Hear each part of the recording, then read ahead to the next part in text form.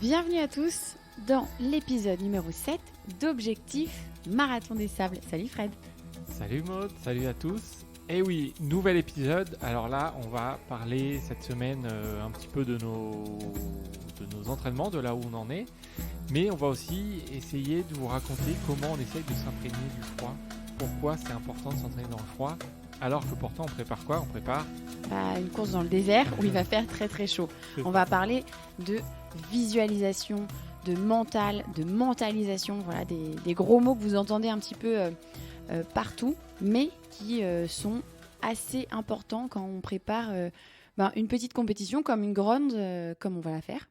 Oui, et ça pourra forcément vous aider. Donc voilà, écoutez bien jusqu'au bout et vous pourrez essayer ce qu'on va essayer ce dont on va vous parler. C'est vrai que c'est paradoxal, mais c'est indispensable. Vous allez tout de suite le voir. Alors, déjà en parlant de l'entraînement, un mot, là, tu es à fond. Ça fait 3 semaines, Oh la là, vache. t'as pris ton rythme de croisière. 4 fois par semaine, minimum, plus Alors, des petites séances de prépa physique et tout. alors 3 à 4 fois par semaine, effectivement. Il y a eu une semaine à 3 fois et je me suis dit mince, c'était la semaine dernière, je crois. Oui, Non, il y a 2 semaines. Il y a 2 semaines, parce que c'est la semaine dernière, c'était l'épisode avec Nathalie Mauclair. Donc il y a 2 semaines, j'avais fait trois entraînements. T'étais pas bien parce qu'il Non, t'en manquait un. cette semaine, la semaine dernière, j'ai réussi à en faire 4, plus 2 entraînements prépa physique encadrés par Fred. Parce que même si il s'entraîne pas, il nous fait faire de la préparation physique dans notre club, donc ça c'est chouette. Et du pilate. Et du pilate, tout à fait. Grâce à une amie, Nora, voilà, si tu nous écoutes, elle m'a un petit peu mis le pied dans le pilate. C'est sympa, ça permet de se renforcer, donc ça c'est chouette.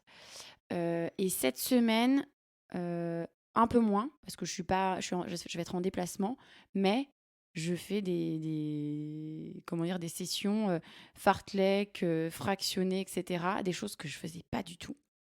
Oui, qui te pousse un peu, qui te change tes habitudes.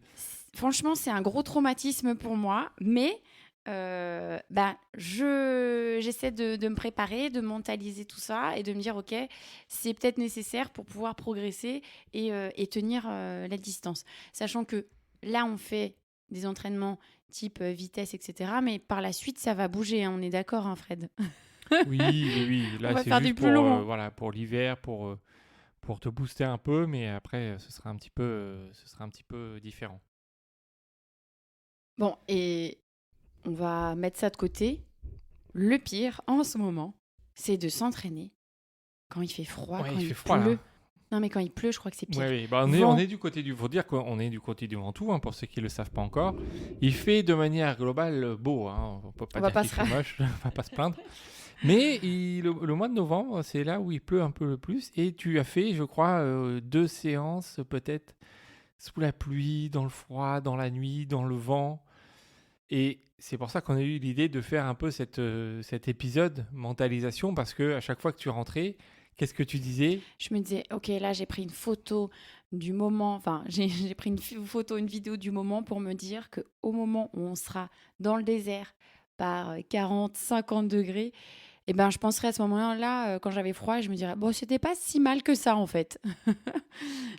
Donc, je sais pas si ça marche. En tout cas, on l'avait déjà fait. Enfin, moi, je l'avais déjà fait sur quelques trails qui étaient longs, où c'était dur, où j'avais eu froid. Je m'étais dit, ah, il fait chaud, il fait chaud. Mais là, je vais faire l'inverse. Je vais me dire, il fait froid, il fait froid, il fait froid.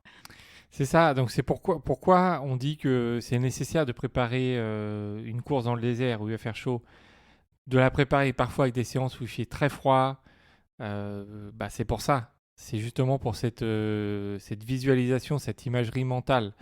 Parce que quand il fera très très chaud, qu'on sera au milieu de nulle part, il faudra se servir de ces moments-là, justement pour y repenser et pour essayer de lutter contre le chaud. Et voilà, ça va être important. Donc ça, c'est une technique de visualisation qu'on va utiliser. Il faut savoir que ça a été utilisé par des grands sportifs. Alors nous, on n'est pas des grands sportifs, mais on a lu quelques petites études. Et on a une notamment, Fred, sur l'imagerie mentale. Oui, ils ont fait ça sur l'équipe olympique canadienne en 1998. Donc ça a déjà quelques années, mais évidemment c'est toujours d'actualité. Ils partent du principe que l'imagerie mentale peut améliorer les résultats de 30% C'est ouf. de base. Voilà. Et c'est un score, ça peut monter à 45% quand on en rajoute les mouvements pendant les répétitions mentales. Donc ça, c'est si on fait l'imagerie mentale sans aucun mouvement. Si on rajoute les gestes en plus de l'imagerie mentale, ça monte à 45%. Mais déjà, si on se concentre sur ce 30%, ça fait presque un tiers où on peut améliorer les choses, rien qu'avec l'imagerie mentale. Donc ça, c'est hyper important. Et en fait, ils ont montré que voilà, en s'entraînant, en visualisant, eh ben, ils étaient meilleurs. Ils étaient meilleurs au final. Rien qu'avec avec cette technique, sans forcément faire plus de physique, plus de technique, etc. Juste avec l'imagerie mentale. Et sachant que en fait, dans ces comment dire, dans ces moments d'imagerie mentale, ces entraînements, c'était pas des entraînements qui étaient très longs. C'était des entraînements assez courts où en fait, ils passaient du temps à juste visualiser. Oui, ça dure 10 minutes, 15 minutes. Hein. C'est pas des séances de 2 heures. Hein. Justement, on peut le faire presque tous les jours. Hein. Et en fait, ils ont montré que le cerveau fait pas la différence entre un geste réalisé physiquement et un même geste réalisé mentalement. Donc, est-ce que je peux, par exemple, visualiser que j'ai mon sac à dos sur le dos Tu pourrais, oui. à la maison Oui. pendant 10 minutes peut-être. Alors, je ne fais pas tous les jours, machin. Et comme ça, je vais me dire, ok, j'ai Oui. du poids, j'ai du poids, j'ai du poids. Tu vas changer ta posture et il y a des chances que tu te déplaces différemment. Oui, c'est bizarre. C'est bizarre. Non, mais c'est pas mal. Hein. Donc, on y pensera effectivement à ce sac à dos et même à ce moment quand on aura froid, quand on aura chaud, que on était, enfin, en tout cas que moi j'étais dans la partie froide du Ventoux en novembre. C'est vraiment comme un point d'ancrage en fait. Hein. Au moment où alors là, on parle du froid, mais c'est aussi valable quand on aura un coup de mou. Un coup de mou, il faut essayer de prendre un point d'ancrage avant, en se disant, en prenant par exemple des moments où vous avez passé des lignes d'arrivée, des moments où vous étiez content, des moments de joie en famille, des repas de famille, enfin voilà. Imaginez tout ce que vous pouvez être positif quand vous êtes dans le dur pour que ça vous aide et que vous oubliez ça. Parce que il y a aussi une autre étude qui ont montré que l'imagerie négative pouvait vraiment être néfaste. C'est Donc, vrai ? l'imagerie positive, c'est positif, mais l'imagerie néfaste l'imagerie négative peut être néfaste à la performance. Donc, si vous ressassez en disant j'ai chaud, je suis pas bien, je vais pas y arriver, et bah vous avez plus de chances de ne pas y arriver que si vous pensez l'inverse. Ouais, mais c'est honnêtement, alors quand on est assis là, tranquille, en train de discuter, ça va être facile. Mais quand on sera au bout du 3e jour, 4e jour, il va falloir se forcer. Oui, à faire ça, non ? c'est difficile. C'est facile d'en parler là sur notre chaise comme ça entre nous, mais c'est un entraînement aussi. Il faut peut-être s'entraîner régulièrement à faire ça, essayer de s'imaginer des choses et visualiser, mentaliser, pour justement que quand on en ait besoin, ce soit plus facile à aller chercher. Ok, donc prochain objectif, visualiser quand on est dans le mal, un moment positif et se dire que on va y arriver même si on n'est pas 100% convaincu. Il faut tromper son esprit. Ça, j'ai bien compris. Il faut le tromper, effectivement. J'ai une autre étude, c'était sur un groupe de basketteurs, de 60 basketteurs. Oui. Ils ont fait des statistiques, ils avaient des statistiques un peu similaires au lancer franc. 20 basketteurs devaient s'entraîner 20 minutes supplémentaires au lancer franc. 20 ne faisaient rien de spécifique et 20 travaillaient mentalement le geste. Voilà, vraiment juste avec le mental, sans faire aucun geste. Les résultats, ceux qui n'ont rien fait n'ont pas progressé. Bon, ça c'est logique. Oui, normal. Ceux qui ont travaillé techniquement, ils ont progressé, enfin techniquement et physiquement, ils ont progressé de 25%. Donc c'est déjà important. Mais ceux qui ont travaillé mentalement, donc sans rien faire de physique, ils ont progressé aussi de 22%. Donc 25% si on s'entraîne physiquement, 22% si on s'entraîne mentalement. Donc si il y a une toute petite différence, mais c'est quasiment la même chose. Mais si on combine les deux...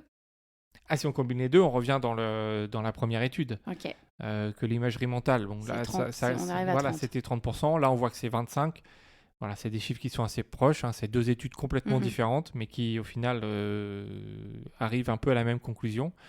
Et donc, du coup, si on combine les deux, bah là, on augmente, on passe peut-être de 25 à 40% d'amélioration Ah, si c'est on fait ouf. les deux. Voilà. Et donc, c'est bien parce que toi, tu fais les deux. Parce que tu t'entraînes physiquement sur Ouais. la piste à la VMA, Mhm. dans le froid, dans la nuit, dans le vent, sous la pluie. Donc, je vais progresser au minimum de Donc, 22, enfin 30%. donc t'imagines? Allez, c'est peut-être la prochaine gagnante du marathon des sables. Oui, non, non. Direct. On va se calmer, hein. Mais du coup, comme toi, tu t'entraînes moins parce que en ce moment, Alors moi, je t'es un m'entraîne petit pas, peu, ouais, effectivement. t'es un petit peu à l'arrêt et toujours avec ce tendon un peu capricieux, on va dire. Bah, tu peux faire du vélo, ça tu le fais un petit peu. Ouais. Mais il faudrait que tu visualises des moments de chaud à la maison et pour que tu te prépares à Alors, avoir très très chaud. je peux aller plus loin. Je peux même visualiser des moments de chaud, mais je peux peut-être visualiser des moments où je m'entraîne, même si je suis dans le canapé. Et Alors puis, là, peut-être on va donner des mauvaises idées à tout le non, monde non, parce que non, plus non, personne va courir et tout non, le monde va mentaliser dans le canapé. Non, c'est pas une bonne non, idée. il faut quand même combiner les deux. Il faut mentaliser parce Évidemment. qu'il y a quand même une condition physique à avoir pour se lancer sur ce genre d'épreuve. Évidemment, ça c'est Bon, ça, logique. le corps, il n'oublie pas parce que quand tu sais que tu as fait des longues distances, donc ton corps n'a pas oublié, ton mental n'a pas oublié, mais tu pourrais l'entraîner à combattre ce chaud et combattre peut-être le poids, enfin, toutes les petites choses Tout qui vont ça, être oui, que tu compliquées fais, oui, oui. pendant cet événement. Enfin, Exactement. Après, je fais un petit peu de vélo. J'ai fait du vélo dans le froid. c'est vrai. J'ai même fait du vélo sous la pluie, d'ailleurs. Bon, bah Et oui, alors, parce que des fois, en fait, voilà, pour tout vous dire, on n'a qu'une voiture et que des fois, quand Maud a besoin de la voiture, je n'ai pas de voiture. Et quand j'ai des rendez-vous, bah, il faut que j'aille à vélo. Donc, des fois, il pleut, il fait nuit, il fait froid. Donc, je m'entraîne aussi un petit peu dans ces mêmes conditions que je pourrais m'en servir, hein, quand on a froid sur le bout des doigts. En fait, il faut bien vous imaginer que quand vous faites appel à cette imagerie mentale, quand on va être dans le désert, ou quand vous êtes dans n'importe quelle situation et que vous faites appel à une imagerie antérieure, il faut vraiment essayer de vous remettre dans la même sensation dans laquelle vous étiez. C'est-à-dire que il faut essayer de ressentir tout ce que vous ressentiez. Donc si vous avez froid, il faut essayer d'imaginer que vous avez froid au bout des doigts. Il faut vraiment s'imprégner de l'état dans lequel vous étiez. C'est pas juste y penser, c'est essayer de ressentir tout ce que vous ressentiez à ce moment-là. alors ce qui aide, pour moi en tout cas, c'est de dire les choses. C'est-à-dire, Oui, toi tu parles, j'ai c'est froid, pas j'ai que chaud. mental, tu parles Voilà. aussi, tu dis froid, froid, Je froid. dis froid ou je pense à des choses qui me rappellent le froid. Par exemple, si je veux avoir froid, je vais penser à un bain glacé, je vais penser à cette course que j'ai faite sous la pluie. Si je veux avoir chaud, à l'inverse, je vais penser à un feu de cheminée, à plonger mes pieds dans un bain qui est ultra chaud. Enfin voilà, vraiment, j'explique à voix haute quelle est la situation dans laquelle je veux me trouver. Mais ça marche pas forcément avec tout le monde. Moi, je sais que ça marche avec moi parce qu'en gros, j'entends et donc je me dis, ah ok, là, Oui, je toi, rentre en dans fait, c'est ta ce mode-là. mentalisation, en fait, un peu. C'est pour aider à aller chercher plus C'est loin ça. dans la mentalisation et l'imagerie mentale, en fait. En parlant, du coup, tu t'imagines encore plus Mm, la mm. situation. Et je le répète Et tu plusieurs le fois. répètes plusieurs fois. Oui, oui, c'est vrai. Mais après, tu le fais régulièrement. Moi, j'étais toujours connu. Tu le faisais. Ouais, je le disais tout à l'heure Tu sur le des trails. disais. Voilà, oui, c'est ça. Mais parce qu'en fait, souvent, je dis j'ai froid, j'ai froid, j'ai froid. Et après, je me suis dit, bah non, si j'arrive à me dire j'ai chaud, j'ai chaud, j'ai chaud, j'ai chaud, peut-être que ça va changer. C'est encore une fois pour tromper l'esprit. C'est ça. Et il y a une dernière étude que j'ai trouvée, c'est Clément Favé. Il a fait dans le cadre d'un master recherche niveau 2. Mhm. Et lui, il s'est intéressé à des tennisman, sur le service des tennisman. Et il a montré aussi que l'imagerie mentale avait des effets positifs sur l'attitude et sur l'efficacité du service. Et c'est lui aussi qui a montré que si on avait une imagerie négative, C'est ce que tu disais tout à l'heure. c'est ce que je disais tout à l'heure, c'est lui qui a montré que forcément, imagerie négative, la performance, Elle est elle est impactée. moindre. Voilà, elle est impactée. Donc c'est vraiment important même d'essayer au moins de ne pas penser à du négatif, même si on n'arrive pas trop à imaginer. Encore une fois, c'est facile, hein, assis sur une chaise. Mais après, c'est vrai que ça peut aider. Donc, on espère que tous ces petits conseils vont vous aider à vous préparer, à vous entraîner, parce qu'on sait que Il fait froid en ce moment. Vous savez qu'il fait froid en ce moment, notamment dans certaines régions de France. Oui, nous d'ailleurs, on va passer les Tout à fêtes fait. dans le Jura. On va aller faire du ski dans la neige, dans le froid. Et bah du coup, on va pouvoir s'imprégner de ce froid, s'imprégner de cette neige. Et peut-être que ça nous servira pour le marathon des sables. Et d'ailleurs, on parlera, du coup, ça sera l'objet d'un prochain épisode de podcast sur les entraînements croisés qui sont importants, pas que faire de la course à pied, pour se préparer à ce type d'épreuve. On voulait aussi remercier pas mal de personnes qui nous ont contactés. Oui, donc vous ça, nous c'est suivez trop chouette. de plus en plus parce que forcément, on a plein de petits messages. Mhm. Et puis, il y a des personnes qui veulent être dans notre tente. On- Ils écoutent. Et là, la tente est en train de se remplir. Hein. Donc là, on a 3 personnes qui officiellement veulent venir avec nous et on serait ravis de les accueillir. Donc c'est Chris Lane, je crois que je dis bien, Chris en tout cas, elle s'est présentée, Walter et Pauline tout récemment, voilà, qui nous a fait un petit message d'ailleurs ce matin. Ça nous a fait toujours plaisir de recevoir ce genre de message. C'est Donc, bon, du je coup, vais y il arriver. reste combien? Il reste 3 places. Donc Si 5, c'est 8, on est si c'est 8. 8 Ouais. tentes, voilà. Donc Si c'est 8 3 places. il reste théoriquement 3 places dans notre petite tente. Voilà, au Marathon des Sables. Donc, faites-nous un petit message avant que ce soit complet. On n'est pas, voilà, on est sympa comme on dit. Peut-être que Fred va manger tous les plats de tout le monde, mais ça, vous le saurez que si vous êtes dans Mais la ça, il ne faut tente. pas le dire, sinon personne ne va venir. Merci en tout cas de nous écouter. On espère que ce format vous plaît toujours. La semaine prochaine, on aura une interview avec un grand connaisseur du Marathon des Sables, qui est... Ah non, c'est pas la semaine prochaine, c'est dans 2 semaines. Fred, il me regarde, il se dit non, c'est pas cette semaine, c'est la semaine prochaine. Donc je rectifie. C'est dans 2 semaines et ça sera Christian Ginter.